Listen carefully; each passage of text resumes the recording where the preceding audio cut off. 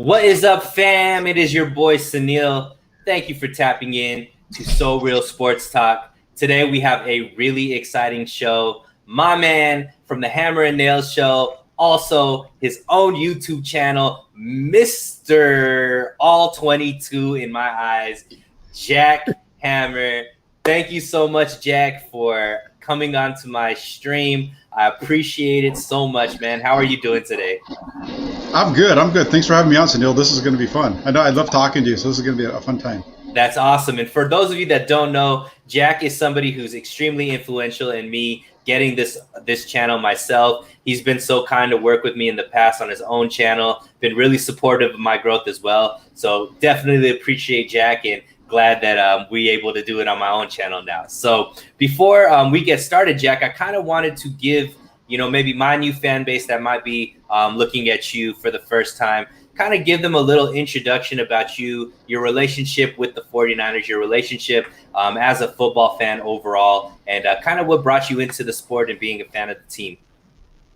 Yeah, I've been around sports as long as I can remember. My brother's 7 years older than me, so from the time that I can remember, I was going to football games. He was playing Pop Warner and stuff like that, and I was, 5 years old, and he was already, 12 and getting ready to, in junior high school playing and stuff like that. So I've been around football as long as I can remember.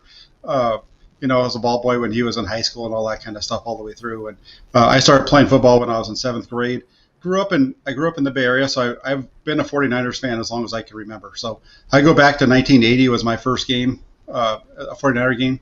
So I was like 5 at that time, I think. So right around there.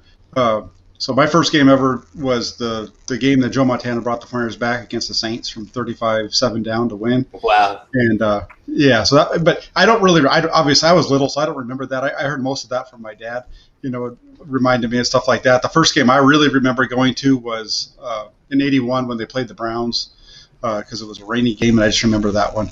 And then a couple games from that season. Then I was lucky enough to get 49ers season tickets from 1985 through 2003, I think it was. Jeff Garcia's last season with the 49ers was the last season that I had season tickets. Mm-hmm. And then right around that time, I was in the middle. I had a lot of stuff going on. I was coaching and things like that. I just didn't have time to keep up going to the games because I was working on the weekends a lot of times. So that's when I gave up my tickets. And there's a lot of days right now when I wish I still had them to go back to the games. Those were always a lot of fun to go do that, So I grew up around the game and played it, coached it, just did about everything you could do. That's amazing. And I mean, you really got an opportunity to see the heyday of the 49ers and then also be able to contrast it to, where the 49ers are at right now, which is all stuff that we're going to be delving into, which is great. But to start out, let's get spicy right from the jump. No, I'm just kidding. But one of the most toxic conversations in 49er Twitter right now is, who's going to start as starting quarterback for the 49ers between Trey Lance and Jimmy Garoppolo. And I really don't want to get too much into that. That has been, debated constantly every single day. What I really want to talk about with you, Jack, is more, with even the staunchest Jimmy Garoppolo fans understand that the writing's on the wall. The 49ers invested, 3 first-round picks to get Trey Lance. So whether or not Trey plays at all this season, definitely by next season, it'll probably be the end of Jimmy Garoppolo's tenure with the 49ers. So kind of just giving Jimmy Garoppolo some of his flowers, how would you place him, and what do you feel like is going to be his legacy left with the 49ers in his, 3 or 4, maybe 5 years with the 49ers up until this point? Yeah, I think Garoppolo really gets the short end of the stick a lot of times in these conversations that you hear because, people will just rip on this guy. And I understand that he has his faults and his shortcomings, but it's hard. And I understand that even though he's 22-8, it's not all Jimmy Garoppolo, but you can't just completely not pay attention to the fact of how bad the team has been when he hasn't been the starting quarterback, right? So there's got to be some things that he's doing right when he's on the field. Even if he does getting a lot of help from his defense and he does turn the ball over too much and he has all these faults. He has these words that we talk about. That's my thing when I talk about Jimmy Garoppolo. My thing is always he's so hard to watch, but at the same time he wins. Uh, so if I was going to put him somewhere in the 49ers legacy, I think I'd put him right below like a Jeff Garcia in terms of where he should rate out. You know, you've got you've got Montana and Young and Brody, and those are really the top guys. White Tittle, obviously, as well, going way back with some of those names there. And then you kind of have Jeff Garcia as kind of that next tier down. And then you kind of have Garoppolo because behind after Garcia, there really isn't very many good quarterbacks that have come through with the 49ers. So I think he falls in right below there. I mean, even when Garcia was a 49er, I think he went to the Pro Bowl 2 or 3 times as a 49er, and Garoppolo hasn't gotten there yet, but he did take the 49ers to a Super Bowl. Right. So that's where I would put him. How about you? Where do you think where would you kind of? Yeah, I think the thing that is, and I agree with a lot of what you said. I think people don't realize, and this is something because I'm kind of like you. I was a fan of the 49ers in the late 80s, early 90s. So when I was a 49er fan, it was kind of the cool thing to do as well, just because they were winning a lot. They were one of the premier teams in the NFL. All the free agents want to go there and so on and so forth. Over the last 20 years, though, it hasn't been necessarily the same until other than like a few, patches here and there where the 49ers have had success. Over the last 20 years, there's only been 6 winning seasons, which is remarkable if you think about that, right? And of those 6 winning seasons, they've been spread apart 4 quarterbacks: Jeff Garcia, Alex Smith, Colin Kaepernick, and Jimmy Garoppolo. Of those 6, 2 of those quarterbacks took a team to the Super Bowl, and that's Colin Kaepernick and Jimmy Garoppolo. So when you put it in that kind of perspective, it's really easy to understand how maybe newer fans of the 49ers really hold Jimmy Garoppolo in such high esteem because they haven't really seen, so much success. And then also when you talk about maybe the emotional toll that was going on when Jimmy Garoppolo came to the team, we had just got kind of gut checked by losing a coach that we were really excited about in Harbaugh. We had the Chip Kelly, kind of tenure where the team just became really dysfunctional. And then all of a sudden we get this good-looking, strong jawline of a quarterback that all of a sudden takes a team that only had 1 win and rattles off 5 wins in a row, and then, a couple years later is 13-3, taking a team to a Super Bowl. So you got to give him some props and definitely give him his flowers for bringing back a fan base, getting the team back excited to believing that the 49ers could be contenders again. So, it's more nostalgia why I would rate him, in the same realm as you.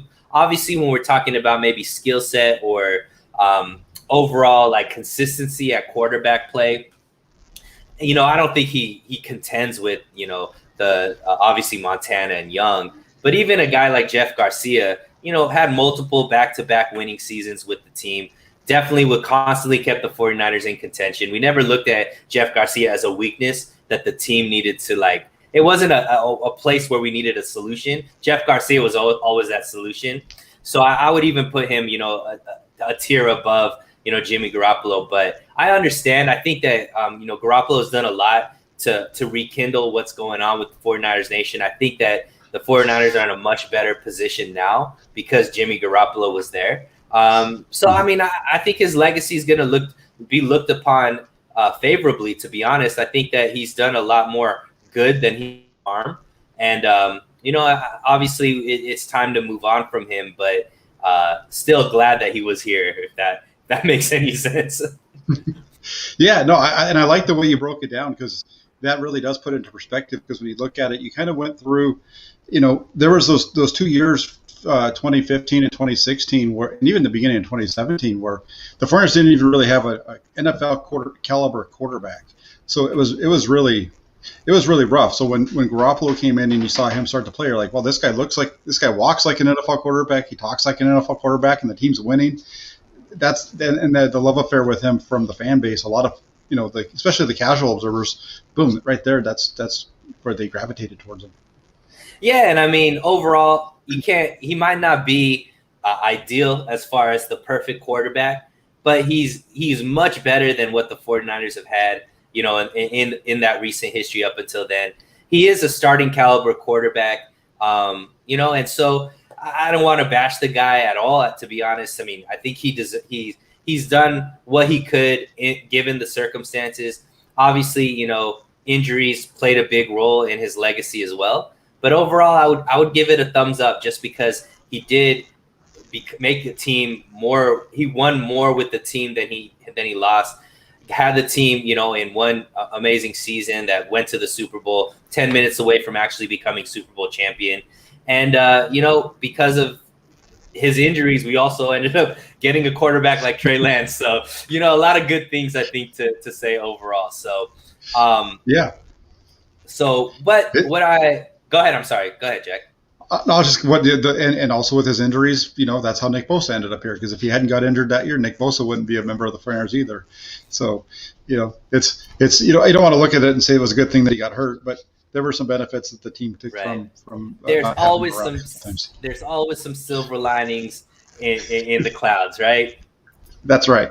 Beautiful. That's right. So, Jack, I kind of want to move on because one thing that I really respect about you is, not only do you have the history and you were around during that time, but you also have a really great mind in putting things in perspective. I think that you do a really great job, like analyzing things and kind of being fair as far as how you place people and where they fit in history. So obviously one of the greatest coaches that we've ever had, probably one of the greatest coaches in the NFL's ever had is Bill Walsh. The 49ers were blessed to have him and, be that guy who started the West Coast offense and whatnot. And then we have Kyle Shanahan, who I believe is also somebody that's a ascending kind of coach. Obviously doesn't have, the results that to back it up as a coach, but definitely has the fan base excited and feeling like we have our coach of the now and the future. But knowing what you know about the 49ers and the 2 decades or the decade that Bill Walsh was, just winning, and then now seeing where the 49ers are as well, how would you compare and contrast Coach Walsh and Coach Shanahan and kind of where you would put them as far as where Shanahan is now compared to where Bill Walsh was at the same time? Yeah, they're really different because Bill Walsh, he was successful throughout his career. His teams were always really good. So he was with the Cincinnati Bengals for about 8 years before he became to the Niners. And while he was with Cincinnati, they were a team that was consistently winning games. They were consistently near the top of the league in points scored throughout his time as their offensive coordinator in Cincinnati. And then when things didn't work out with getting the head coaching job, when Paul Brown stepped down with the Bengals, he left Cincinnati and became the offensive coordinator for San Diego for a season. And they had some success there as well. The biggest benefit that Bill Walsh had, though, before he became the head coach of the 49ers is he had a head coaching job before getting hired. So he had some experience because he was a head coach at Stanford for 2 seasons before being hired by DeBartolo to take over the 49ers in '79. So that's the biggest difference really between these two, is that Walsh had consistent success, whereas Kyle Shanahan has never really had consistent success. He's a guy who his teams that he's coordinated have put up a lot of yards. They don't put up a lot of points historically, as far as consistency. And unfortunately for him, he didn't have a chance to be a head coach before he took over the 49ers. So that's one of the biggest things when I hear the comparisons or people try to compare Kyle Shanahan's record to Bill Walsh is that Walsh was consistent. He had shown a consistent level of success throughout his career, wherever he had gone. And you see the same thing with other guys that have transitioned from coordinators to head coaches, like for example, Joe Gibbs. He kind of had that same kind of a success as well, working with Don Coryell and in San Diego, and he had been at San Diego State prior to that with John Madden and the staff there. So these guys that have a lot of success, it generally translate, right? So if I'm working in a 9-to-5 job and I'm doing good all the time, right, that means if you hire me, I'm probably going to be able to. You're hoping that I can keep that up, and it's weird because Kyle Shanahan hasn't shown that. He's a guy who has a really exciting offense, who does a lot of really interesting and intricate and exciting things, and you can't deny that when you watch his offense. But his teams just don't win games on a regular basis, and they don't score points on a regular basis. And it's kind of an interesting kind of like conundrum for me because I like him and I want to see him succeed. But what he's done so far with the 49ers has been really consistent with how his whole career has been up until this point. It's hurting my heart as a diehard Kyle Shanahan stan, man. Like, it's really, really tough to hear this. Now, one thing that, I was a little bit too young to maybe understand like Bill Walsh and just his genius. But one thing, whenever I'm hearing people talk about Bill Walsh, there's a couple things. And a lot of what you hear about Bill Walsh is the same type of things that people say about Kyle Shanahan, just like the ability to scheme plays, the ability to, really give the quarterback and put the quarterback in the right type of situation to help them win. There's some people that would say, Montana wouldn't be Montana if it wasn't for, Bill Walsh's play calling and what he was able to do with that offense. So can you talk about maybe if you see anything as far as like the offensive game or cerebrally, how Walsh and Shanahan might be similar in at least maybe being on the forefront of play calling and scheming the offense based off of where the rest of the league is at that point? Yeah, I mean, real quick before I get there, because you mentioned Joe Montana, and Joe Montana is my guy, so I got to. Yeah. But here's the only thing that I'll say on that was that even when Montana didn't have Walsh, when he went to Kansas City without Walsh, he was successful there, and he took them to the playoffs and to the AFC Championship game over there the 1 year after, as he was older. So I think he would have been successful as long as he was with a good organization. I think he would have found a way because he was one of the greatest quarterbacks in history of the league, and for sure. And he definitely helped out Bill Walsh, and I think Bill Walsh helped him out. The biggest difference between the two is just their game management, but you see a lot of similarities. I was thinking about this question after you had posed it to me, and just kind of throughout the day, and both of them put together offenses that look where there's lots of different things that come off it, so it looks the same. They're the play action where you're running a play action where it looks like it. A running play so that everything looks like that running play until the quarterback pulls it and all of a sudden he's throwing to a receiver that's wide open down the field because they fake the defense out so much. And so that's one of the things that you really hear people talk about with Kyle Shanahan is how well he marries the run game up with the passing game. And you see that quite a bit where that's why he gets those. That's why they're able to hit some of those downfield throws on like what they call like the leak play where, they're running play action. And next thing you know, you've got Kyle Juszczyk running down the sideline with nobody within 20 yards of him, or, right. He kind of go run a boot and all of a sudden you've got George Kittle running down the sideline and nobody's around him. It's all based off of their ability to run the ball and everything looks the same. And that's one thing that I think both Walsh and Shanahan did a really good job of. Or Walsh did a really good job of that Shanahan does as well.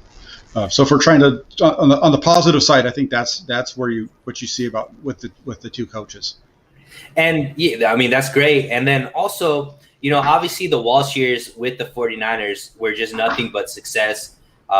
Very elite. He won 4 Super Bowls, right? All 4 of those were under Walsh, or how many? He won 3. So he won in 81, 84, and then 88 was his last.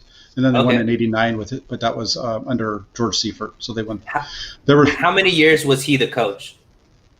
From 79 to 88. So that was, I think it was a 10-year run. Okay.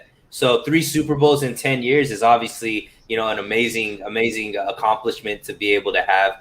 What are some of the things that you remember about Walsh as far as why he was such a great coach? And maybe not so much just X's and O's as far as the schemes, and obviously we know he was an offensive genius, but what do you remember about how he dealt with players, some of the decision making he had, maybe his philosophy behind how he built a team, that you would wish maybe a Shanahan and a Lynch with the team how they are now would kind of emulate?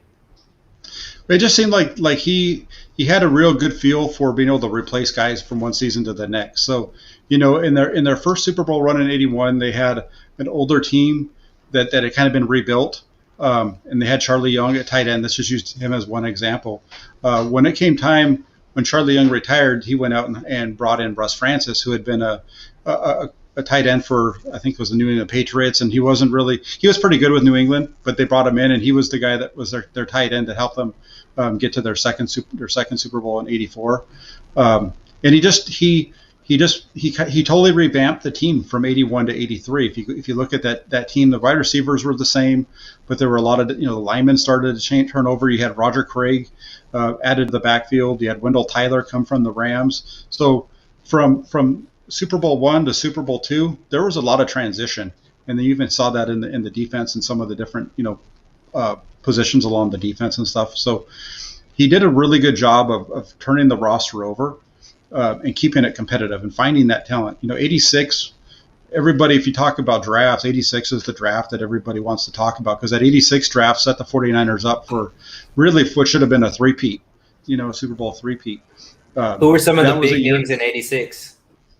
Shoot, that was a year where they got Charles Haley, they got Tim McKyer, they got Don Griffin. Those guys were all starters, and they got Kevin Fagan, who was a starting defensive tackle, for them.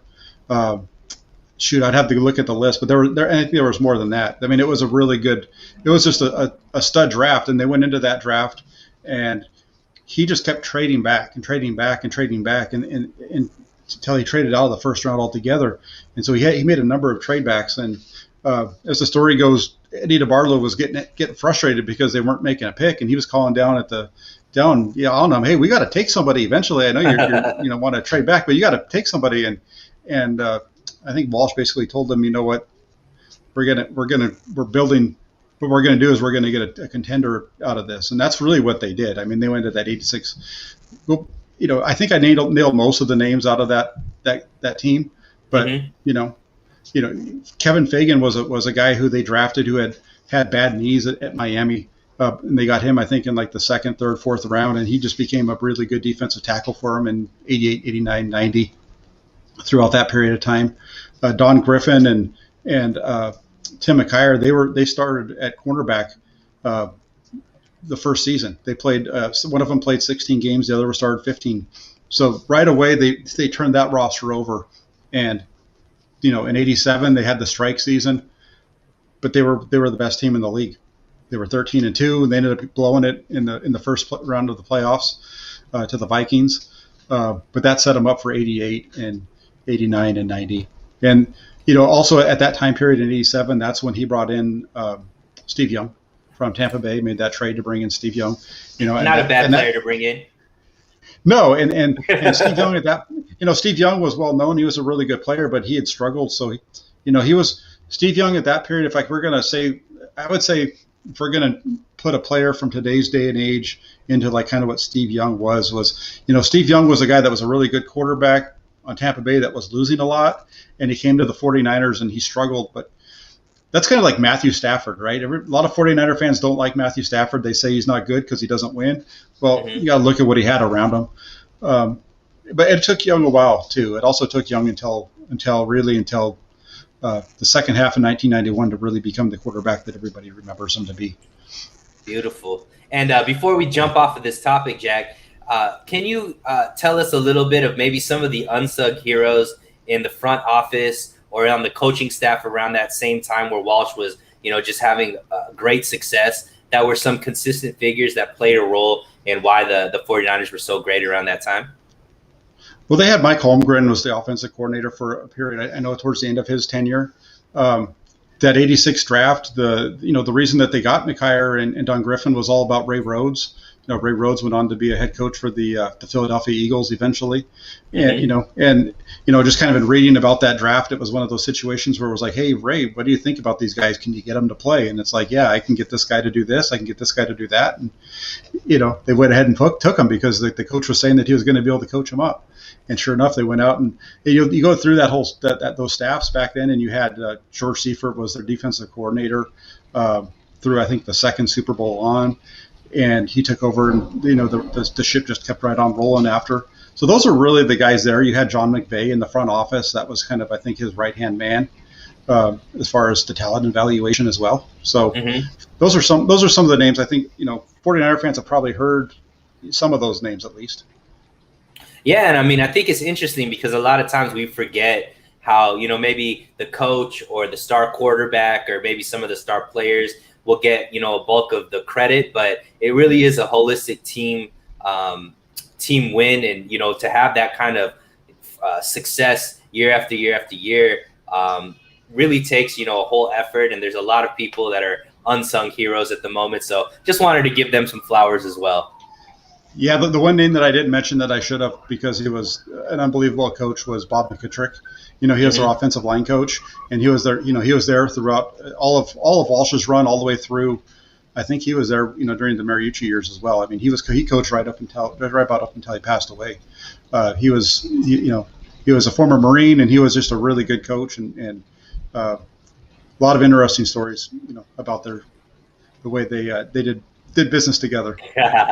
Maybe we'll save that for another episode. But yeah, so sticking with the theme of kind of reminiscing about, the heydays with the 49ers, right now, obviously the team is now run by the Yorks, but all of those, really successful years were with the DeBartolos. So can you talk about a little bit about, the differences in ownership styles, what the DeBartolos really did well to maintain so much success, and maybe what you're seeing in the Yorks as far as maybe why there hasn't been so much success, and maybe some things also to point out some positives as far as what you might be seeing changing that could lead to future success. Yeah, this is another one that's interesting because I think people are going to probably hear what I'm going to say right now. They're probably going to think I'm crazy, but I don't think that there's a lot of difference between Eddie DeBartolo and Jed York in the way that they own the team.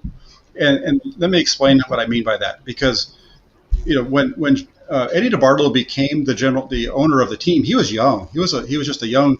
I think he was only like 29, 30. He was really young at that time, and he made bad choices in the beginning. He had a hard time with his coaches. His first couple of coaches were really bad.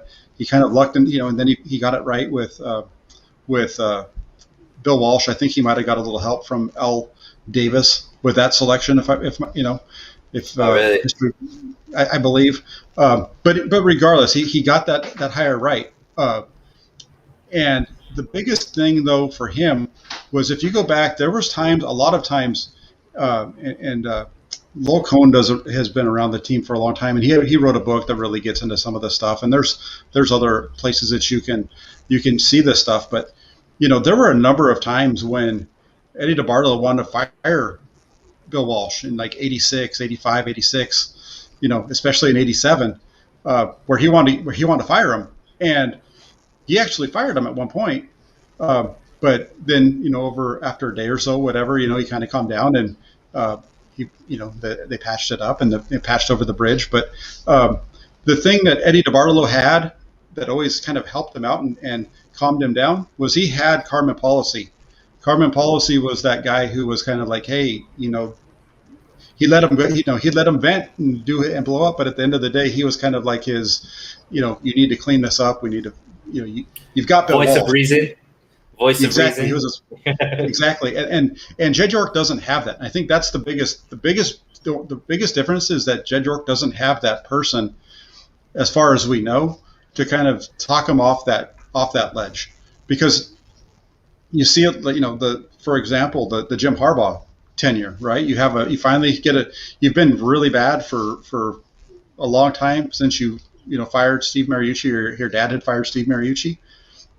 You finally get the coach right, and you fire him because you don't like the way he talks to you, or you don't like the way he's conducting business, or you're being led down the wrong path because you like the general manager more than and you believe in him, and so you're hearing what he's saying, and so you let him go. That's the biggest thing. Other than that, I think Jed York wants to win. People talk about him being cheap, but I don't think he's cheap at all. He's wasting more money than you could think. Look at the money that he's paying D Ford to not do anything. Right. Look at all the money he's paying to the head coaches that Chip Kelly, I think, is just finally not getting paid from his time in San Francisco. They fired him. I think he still had 2 or 3 years left on his contract. So, it's not a matter of spending money. It's a matter of spending money on the right things and sticking with the right people. And I think that's where the biggest difference is he just hasn't been able to get the right people around him to help him build the team. uh, as a team. He has people, he has really good business people that are around him to help with the marketing aspect, but York just doesn't have the right football people around him, or people to kind of make sure that he sticks with guys that are winning for him. Yeah, and that's so interesting because, I think we it's kind of like, Eddie DeBartolo had all of the championships under, his tenure as owner and whatnot. And then the Yorks took over, and it's been kind of like not that way at all, right? We're like looking at, right. 6 winning seasons or whatnot. So, it makes it seem like there's so much like a drastic thing. Like basically the Yorks do everything opposite of what the DeBartolos did. But what you're kind of saying is that's not really what the case is at all. It's more, maybe the DeBartolos were better at, once they got the right type of people, understanding that we need to ride with these people and have the right type of personalities and minds in the building, and take your ego out of it. Whereas maybe York really focuses more on, how he's affected being a part of it versus just kind of being hands off once you got the right people there. Yeah, he just needs somebody there to let him vent, let him yell and scream and do what he wants to do, but at the same time, kind of just keeping him on the right track. If that makes sense. Are you seeing some changes with with anything in York that you're seeing that's giving you hope that they're about to turn a corner? I think this is going to be a really good question to ask me in a year. And I'm not trying to deflect it, but the reason my reason for saying that is it's going to be interesting to see kind of this whole, like, the last few months has been really interesting in the way that it's played out, with the way that these guys have been talking in the media and things like that, almost to the point where, if the 49ers don't win this season and they have a really bad year, it's going to be really interesting to see where this organization goes, because there's going to be changes. And who's going to be the fall guy for this team having a bad season if it happens? Is it going to be John Lynch? Is it going to be Kyle Shanahan? What's Jed York going to do? Because he's kind of staked everything on Kyle Shanahan at this point. Kyle Shanahan was the big fish at the time that they hired him. I know you're a Shanahan stan, excuse me. Yeah, absolutely. And, that's one of those. Even his hiring was in a way was one that they needed to hire him. In a way, I think Jed York felt like he had to hire him because he needed to get that big fish. Mm-hmm. He had completely blown it after getting Harbaugh, and the team was just so bad. He needed to do something to energize the fan base. And I think if he had gone out and hired Sean McVay, I don't think he gets that same reception as Kyle Shanahan, because by hiring Kyle Shanahan, it's like, look at what a great job Jed York did. Jed York just did a masterful job of hiring this great head coach or potential head coach. Right. So it's this next year is gonna be really telling, I think, with this organization. We'll leave it at that. I'm hoping York could pull out some W's, because compared to the last last 2 decades compared to the 2 decades before, it's kind of like in boxing or MMA we'd call it a 10-8, maybe even a 10-7 round. So yeah. We definitely need we definitely see the upswing here soon. Yeah, one more thing before we get off the topic. The other way they are different in that the Bartolo's glory years came at a time when there was no salary cap. So he could spend as much as he wanted to build the team. And DeBartolo is one of the reasons why they instituted a salary cap. You had DeBartolo spending, and you look at the Flyers at one point. I mean, they had 3 quarterbacks that were good enough to be starting quarterbacks in the league. They were too deep throughout the roster. And then in the late 80s, you had Jerry Jones kind of mimic him and do that with the Cowboys. And so those two teams were the whole reason why the NFL is like, hey, we need to get a salary cap. We need to get our spending under control. And that move is what really took, because their vision was always to try to get all the teams at 500, right?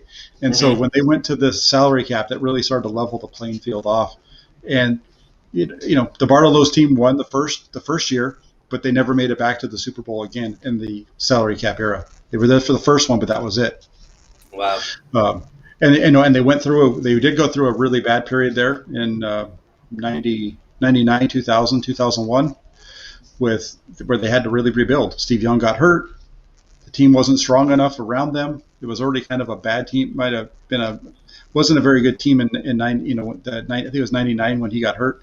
Already wasn't a very good team that year. So that's the other difference is that Jed York and the York family has had to deal with a salary cap throughout their entire tenure of owning the team. And you know what's really interesting about the Yorks?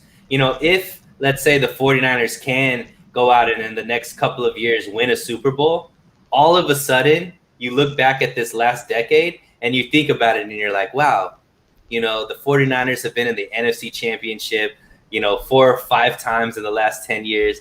They've been to 3 Super Bowls, won a Super Bowl. It's like Jed York is the best owner ever.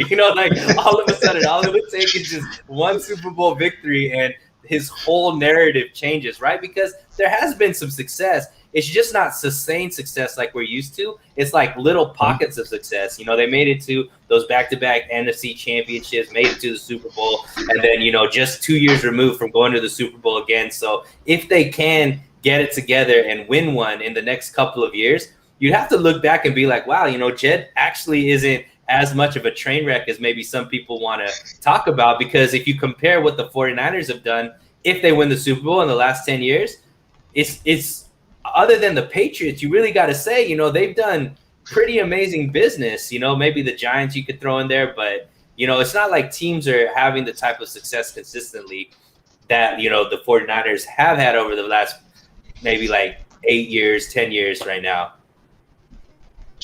Absolutely. If they can get out there, and if they win it this year, for example, you're kicking off. If they get in there, they're in the 20s and they're in the Super Bowl again. I mean, it's really a kind of an incredible run that this franchise, because they were there at 80, they were there in the 90s.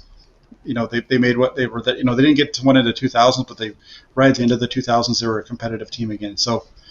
Yeah, I'm right there with you. I think if they can win a Super Bowl in the next year or two, that totally changes Jed York's narrative. And as I said, they're going to be putting him in the Hall of Fame. They're going to be throwing him on the Mount Rushmore of everything. It's going to be everything changes. There you go. Exactly. Beautiful. Well, let's get off of nostalgia and history for a second, and talk about where the team is right now. One thing that I like tooting my horn and giving myself, patting myself on the back is, I've been really consistent on the cornerback depth. I've been really taking it on the chin from everybody saying, oh my God, the rookie cornerbacks aren't going to be able to play. They're not, we really are having issues there, so on and so forth. And I was so surprised when, on buy or sell last week, when it came to, do you buy the 49er cornerback depth? I thought I was going to be out on the limb again. And then all of a sudden, Jack Hammer comes out there and agrees with me and buys the quarterback depth. So I wanted to give you some time to really talk about what maybe has changed in your eyes about the rookie cornerbacks and why you feel like, maybe they can be the type of depth that we need. And if called upon to play, that they will actually be able to be productive players for us. Yeah, I think, for the people that are down on it, it's because we haven't seen them yet, right? So we're having to project how good this group is going to be, as rookies. And it's funny because the same people who are saying that are projecting the rookie cornerbacks not to be good are the same people that are saying that Aaron Banks and Trey Lance are going to be great their first year, and Trey Sermon, right? So when you project them out, what I saw about when I look at him, Ambry Thomas to me is a guy who shouldn't have been taken in the 3rd round. He has the talent to have been taken in the 2nd or at some point in the 2nd round, maybe even late 1st round. But he didn't play in 2020, so not playing in 2020 I think hurt him. But if you turn on his film and you watch him play, he goes up against Chase Claypool, in 2019 from Notre Dame, and he shuts him down. They go at him early in the game, and he just takes him away. And then after that, I think they threw 2 balls at him to start the game. He took, I think one of them might have been caught on the sideline, but the other one was definitely incomplete. And they just stopped throwing at him because they were like, we tested you, we see we see you, so we're just going to go ahead and we're going to work over here for the rest of the game. Right. And the other one was, throughout all I heard throughout this whole run up to this draft was how Mac Jones wasn't any good because it was all about the Alabama receivers. He's got all this talent on the offensive side. That's one reason why he was any good. Well, then you turn on the film from 2019 and you watch Ambry Thomas cover these guys from Alabama in 2019 and just shut them down. And they don't, to the point again where they don't even go after him. They're attacking the other side of the ball the whole way because he's sticking on,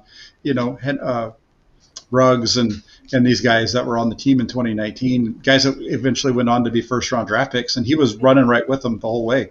Mm-hmm. So, I'm high on him because of what I saw out of him playing against high level competition in college, and also the way that Michigan used him. I think matches up really well with the 49ers system because obviously we saw at the end of last year the 49ers defense became more of a man coverage scheme, right? And the going out and getting Ambry Thomas kind of shows that that's the direction they want to go because throughout the majority of his time at Michigan, they were a heavy man coverage team because they brought a lot of pressure under their defensive coordinator for those years. And he played a lot of man. They played some zone too, but they were in man, I think more than 50% of the time. You watch him on film, you see him traveling with receivers to the point where he's having to line up in the slot at times.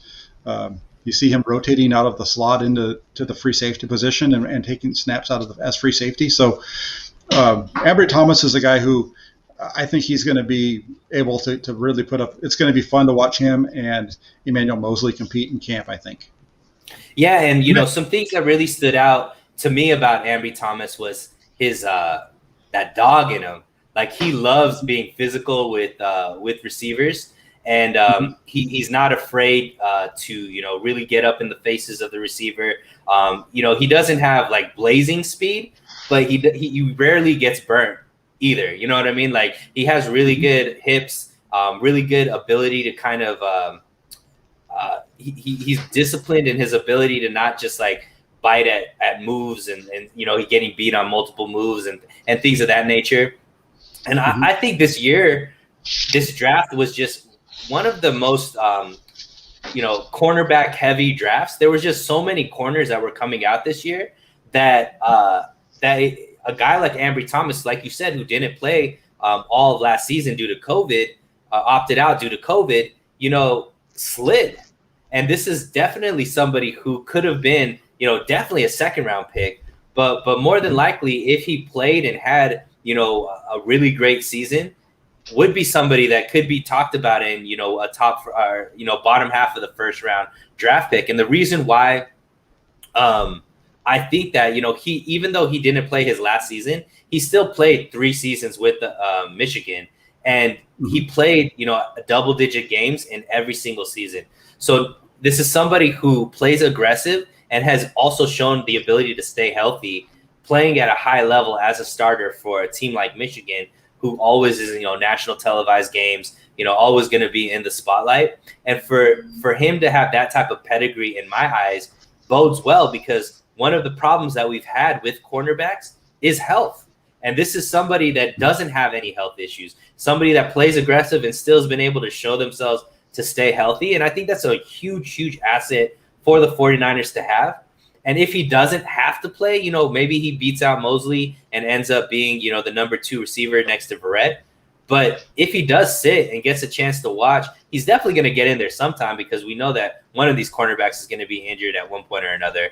But just to have that type of ability in the 3rd round on your sideline, I think it's better than pretty much anything we've had to, maybe there's not really been a backup corner that we've had that we're like so excited about. I'm super excited about Ambry Thomas. I think that he's somebody who has not only has the build, but also shown on tape how great he could actually be. So I'm excited about it. Did you take a look at Lenore at all? And do you have any kind of thoughts about, what he might be able to do? I haven't really watched him as closely. I know, the one thing that from some of the folks that know of him, they've mentioned how good he played against N'Keal Harry, yeah, yeah, from that's now with New England. When they were in college together, he did a really good job against him. I don't know how much I put into that, because Harry is a guy who in the NFL hasn't succeeded. So there was a guy from Cal that I really liked this year, Cam Bynum for example, and I think he went in the late second round, earlier third round, a little bit before uh, Thomas. before Thomas. Yeah. And he's a guy who I really liked him because you watch him on film and he shut down Brandon Ayuk when they played against each other, and Ayuk's somebody that's played really well, right? Right. So when I watch these guys, I try to see, them play, if I can find film of them taking on guys that have become really good NFL players and so on and so forth. And he kind of had that happen. At least Lenore hasn't had that happen, excuse me. So I just don't know enough about him to really project him. But I think, with Thomas, if Thomas can play to his potential, if Verrett goes down and you have Mosley and Thomas, I think that's a good group. Or if it's, the other way around. As long as Thomas is on the field with one of those other two guys, I think the Foreigners are going to be in good position. Let's put it that way. And if Verrett could have the type of season he had last season and where Mosley could be what we think he could be, now we're talking about, two bookend corners that could really – be strengths of our team rather than, kind of like the question marks, right? Yeah. And then Thomas also can play in the slot too. So that's the other nice piece about him. He kind of fits all across the board in the cornerback spots. Jack, why don't you take this question? It's from Raymond Martinez Jr. What up, fellas? What up, Raymond? What do you think Mosley can do to improve this upcoming season? I think Mosley just needs to stay healthy. When he's been on the field, he's played really well. The only time that he's really struggled is when he's gone up against guys who are on the bigger end, right? And I don't think that there's anything he can really do to improve there. He just needs to stay healthy. He's a guy who kind of falls in the Ambry Thomas mold because, if you remember, he wasn't the starter at the start of 2019. That was Witherspoon. But then when Witherspoon got hurt, all of a sudden now they're bringing in this guy, Mosley, and everybo's like, who's Mosley? Who's this guy? He's an undrafted free agent out of Tennessee. He's never played. Nobody knows anything about him. And I remember, on the blog that Grant used to write for, I was commenting all the time over there, and I was like, give this guy a shot. He's obviously shown something to the coaching staff that he's the first guy off the bench in this case. I think they're going to be okay with him for a game or two, and then he eventually takes the job. So I really like him. It's just that when you compare him to Thomas, Thomas is a guy who was drafted in the third round, probably has more upside. So that's one reason why I would say he might be a little higher. I could see those two being their future at corner would be those two guys, and then Lenore maybe a backup for a year or two. Yeah, I think Mosley has overachieved by any stretch of the imagination to be an undrafted rookie cornerback to now being a starter and somebody who got another contract from the 49ers. I love his confidence. I think it's just going to be more just understanding technique. Like you said, he has to be able to play against these bigger receivers because the way that the NFC West is stacked up, now these teams are coming with two really skilled receivers, big guys that, guys that are dependable and guys that, are big names as well. So there's no in the NFC West as a cornerback, that's the toughest position right now because there's nowhere to hide. You're always going to be going up against somebody who can burn you and who can make you look stupid. So I think just everybody has to step up their game and understand there's no more taking plays off because that one play you take off, all of a sudden, it's to the house. So it's tough. Yeah. NFC West cornerback, that's a tough place to be right now. Sure is. You got really good receivers, throughout the division. You've got really good quarterbacks that you're going against. If you're a 49er, you're going up against. Kyler Murray is probably the weakest of the quarterbacks you're going to have to play in terms of what he's throwing at you. But his challenge is his running ability. But I think Matthew Stafford is way underrated by 49er fans, and the guy up in Seattle is just a heck of a football player, I think. Absolutely. And I'm glad you talked a little bit about, Russ and, Kyler Murray, because that's kind of segues into our next question, which is, how will the 49ers defensive line rotation play out this season? And, one of the biggest issues with the 49ers defensive line has been being able to contain the quarterback, right? They've done a good job as far as keeping them as far as like pressure and as far as like the holding back the receivers and not giving the quarterback the first option, second option that they were looking for. But then the quarterback that knew how to move all of a sudden was getting first downs with their feet, and the 49ers couldn't do anything about it. It seems like the 49ers were really understanding of that, and that some of the people that they brought in this offseason really looked to the mindset of speed guys that maybe could contain a little bit more. You know, we're getting obviously Nick Bosa back. Got guys like Abacom, you know, Arden Key's there. Some really guys that we're excited about. We don't know what D Ford, but if D Ford's in there, that's another, you know, stud that's coming back. Tell me a little bit about what your overall thought process is about the defensive line and how you think it's going to play out, and if you think it's going to be anything different from, you know, the defensive lines we've seen the last few years. Yeah, I'll start off with, you know, your first point there was talking about their ability to kind of maintain and handle a scrambling quarterback or an athletic quarterback that can move. And I think they're going to be better off with that, with Samson Ebukam being in there. He's shown that ability when he was with the Rams to really, you know, keep guys like Russell Wilson and Kyler Murray and in the pocket. And he did it with Patrick Mahomes as well, I think, in 2018 when they played him. And part of the reason he can do that is because he's a linebacker also, right? And right. So part of being a linebacker is you've got to have that ability to get into the blocker, shed him, and then you chase and make the tackle. And that's a lot of the way that he rushes the passer. Is he typically rushes a bull rush where he gets into the tackle, he drives him back, he gets his arms extended. He might not run around him necessarily, but he's got his hands there. And as soon as that quarterback starts to make any kind of a move, you know, in his direction, he's able to shed and chase him down. Or if he takes off the other way, he's able to shed. He's got the speed to close and make the tackle. Mm-hmm. So I think in that way, you're going to have Ebukam is really going to help them out. Nick Bosa coming back is going to help them out, even though we don't know. At least we project him to, because we don't know exactly what he's going to be. You know, his rookie year, I know he was coming back from an injury, but that wasn't a knee injury. That was a core injury, right, which, you know, wasn't going to limit his mobility like a knee possibly would. So he's now had injuries to both of his knees. At least by the tape that we're seeing, he looks amazing. You know what I mean? So hopefully, if he's anything like the workouts he's posting, that's we're in good shape.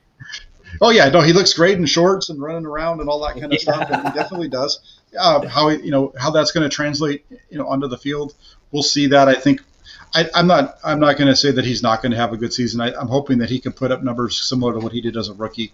If he can do that, I think they're going to be in decent shape, because I think Ebukam's going to do well. Ebukam allows them to put Eric Armstead down inside in those pass rushing downs. You know, he's going to be the starting defensive end on the opposite side of Bosa in base downs, but then allow him to slide down inside and rush the passer from inside. And then Arden Key will be kind of right now they're kind of really thin on the edges. Excuse me. Oh wow, no problem. They're really thin on the edges. So that's the area of concern. You kind of have Ebukam and Bosa and Arden Key, and after that, you don't really have a whole lot there, because Jordan Willis was probably going to be the next guy off the bench that would have been there, but he's suspended for the first 4 or 6 weeks of the season. I think it might be 6 or 7. Okay, it's probably 6 then. Mm-hmm. Yeah. So, you know, and then you've got D Ford, but he's probably not going to play. Alex Barrett spent some time with them last year, and he's still there. But, you know, so your main guys, I think, are going to be Bosa, Ebukam, and Arden Key. Those are your three. Now, how many?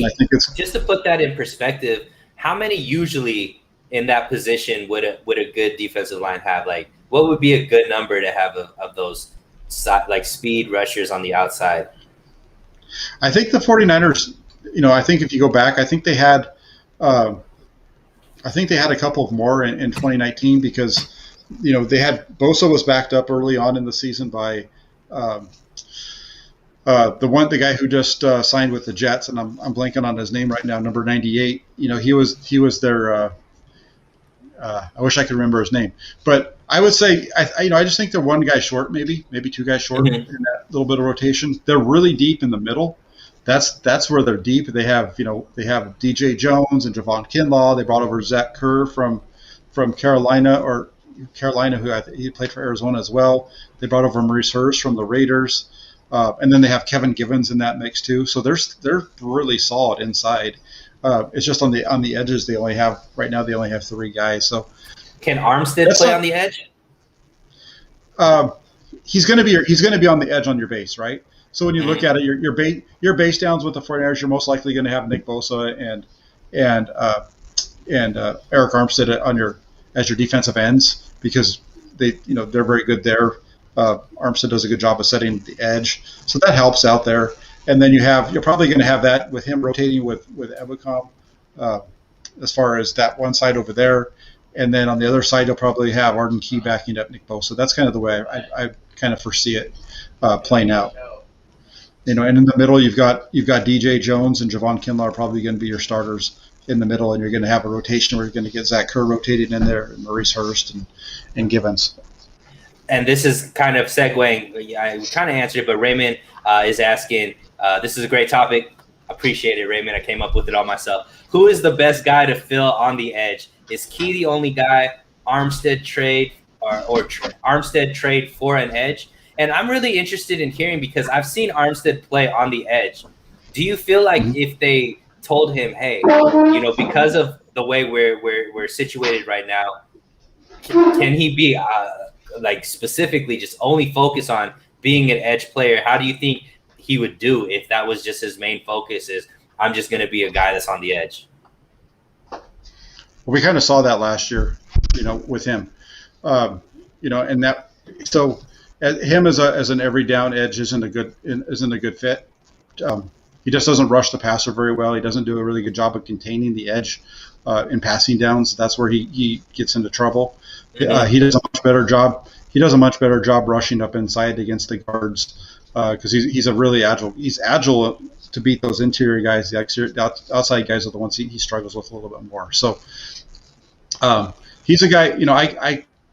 I tweeted out a couple last week or the week before where I said that he's kind of like a overhyped Paris Harrelson. If you remember Paris Harrelson from the 49ers team, he was the guy who was that edge setter on the defense. But they took him off the field in pass rushing downs, but he was a first and second down player, and then they took him off after that. And that's a lot of who he is. That's what his role is, but then he has that ability to play really well from the interior on pass rushing downs. So that's why I think the defensive line is going to be better because you have Ebicom kind of playing that D forward role to allow him to get up inside. The only thing that concerns me is, and it also is an issue I think possibly for Bosa as well, is you don't have DeForest Buckner in the middle. And DeForest Buckner, regardless of what you want to say, he was an all-pro level guy when he was with the 49ers. He was an all-pro last year. And he really took a lot of focus on the, from the interior and their pass rush, and was able to do the 49ers were able to do a lot of things with him because of the focus that he drew. You don't have that anymore without him. Now you've got a guy in Javon Kinlaw who I don't think is scaring anybody on an offensive coordinator with his pass rush ability. Same thing with DJ Jones. These guys are decent pass rushers, but they're not guys that you're going to game plan around shutting down. So that's the issue that I could potentially see with Bosa is that's where the focus is going to be. This is the one guy that scares us. We've got to stop him, and then let's let these other guys try to win their battles. And it'll be interesting to see if they can make those guys pay. So who needs to step up?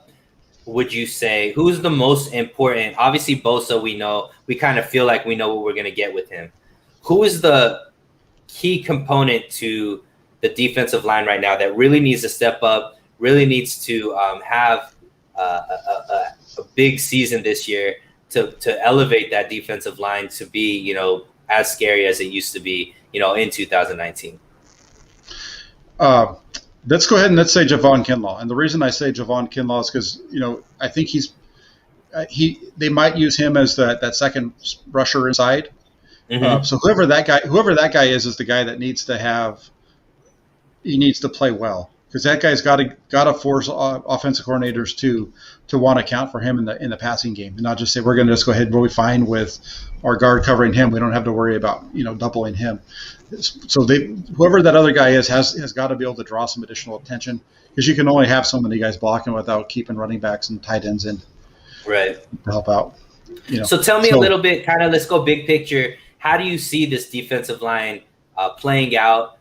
what are some of the key things? You kind of discussed it a little bit, but what are some of the key players that you're looking for, and who are you most excited about seeing this season on the defensive line outside of Bosa? Because obviously we're all excited about that. Well, I'm really interested to see what happens with Ebicom. From everything that I've heard, his role is primarily going to be a pass rusher. When he was with the Rams, he was splitting his time between linebacker and rusher. Mm-hmm. So kind of from what I've heard is the linebacker thing's really not going to be part of his.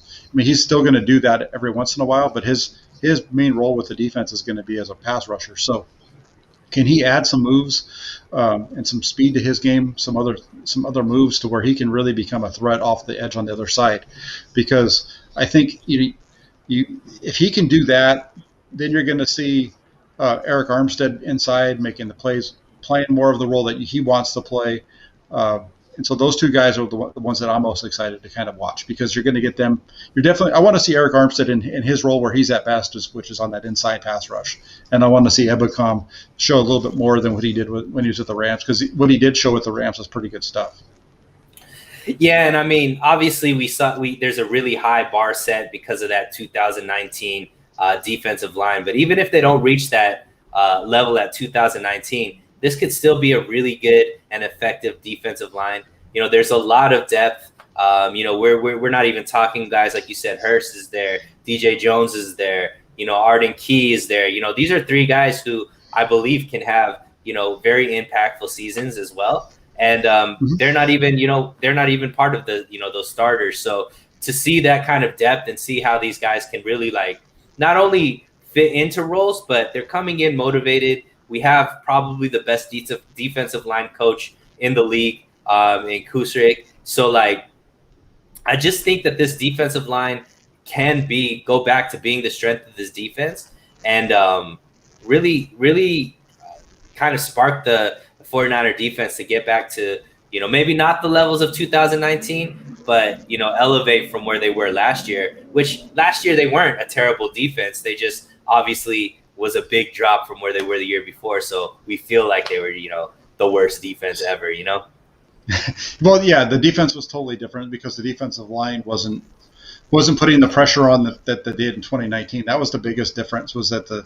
defensive line they weren't able to win consistently with 4 or maybe even 5. They were having to bring extra guys all over the place, which is why you saw more man coverage in the secondary and whatnot. So I think this defensive line is definitely going to be better than 2020's, but I don't think it's going to be quite as good as dominant as 2019. 2019 wasn't dominant for half the season, though, if you remember, right? They were really good in the beginning, but then once Dee Ford got hurt, that defensive line slowed down dramatically. Right. And so that's why having a guy like Samson Ebicom, who is a younger Dee Ford, who is, he hasn't had any health issues, if he can come in and play 500, 600 snaps and really get after on the edge, can hopefully elevate this defensive line and have them be, a tick or two below. If there's just a tick or two below where they were in 2019, I think the 49ers are still going to be really happy with that group. Yeah, and one thing that is important, in 2020, there was no complimentary football being played at all, right? Even if the defense had a great stand, they knew it was going to be, 3 to 5 plays and they were going to be back on the field, right? Because they couldn't trust that the offense was going to move the ball with any regularity. Or be able to really score enough points to where the defense could breathe at all, right? So, yeah, I think this year, just with the way that the offense is built now, we're going back to a power running game.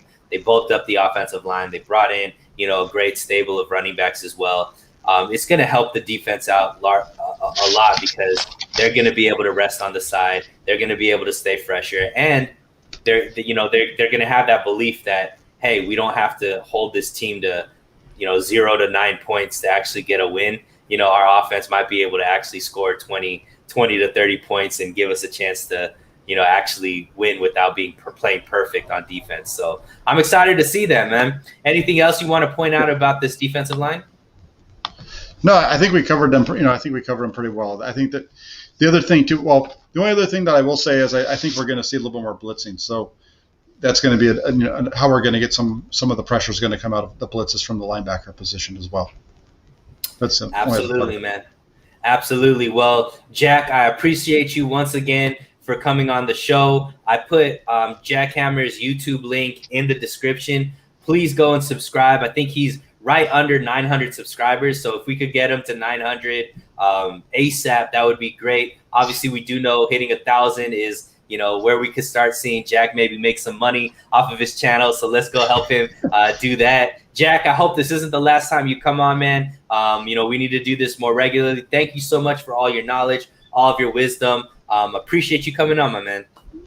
Yeah, I really appreciate it. No, this is fun. We'll definitely do this again. Absolutely. So guys, remember, keep it so real. We'll see you next time.